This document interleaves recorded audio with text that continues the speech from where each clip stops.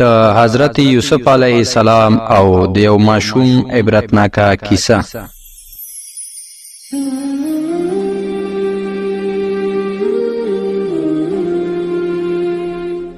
یوسف علیه السلام چې د کښتې پر مهال غنم ویشل، یو ماشوم 3 وارې راغی او غنم یې یوړه. آخر یوسف علیه السلام مجبور شو ماشوم ته یې وویل: ای ماشومه، خلکو ته یو ځل غنم نه رسیږي، ستا دا څوم ځل دی چې غنم وړې، نور یې بس کړه، ډېر اړمن خلک پاتې دي. ماشوم ځواب ورکړ: ای د الله رسوله، که دې وپېژندم نو څه چې وایم هغه به منې او څه چې غواړم هغه به راکوې. یوسف علیه السلام ورته وویل: ته څوک یې؟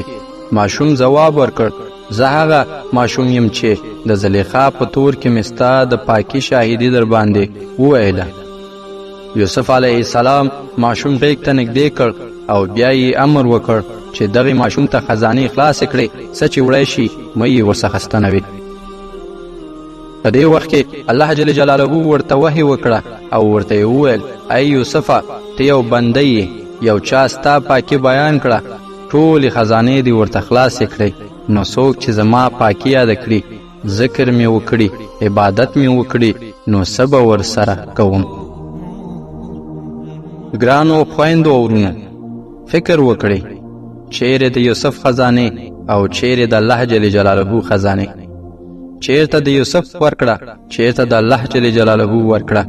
نو راځئ چې الله جل جلاله تل یاد وساتو او پاکی بیان کړو. السلام علیکم ورحمت الله وبرکاته.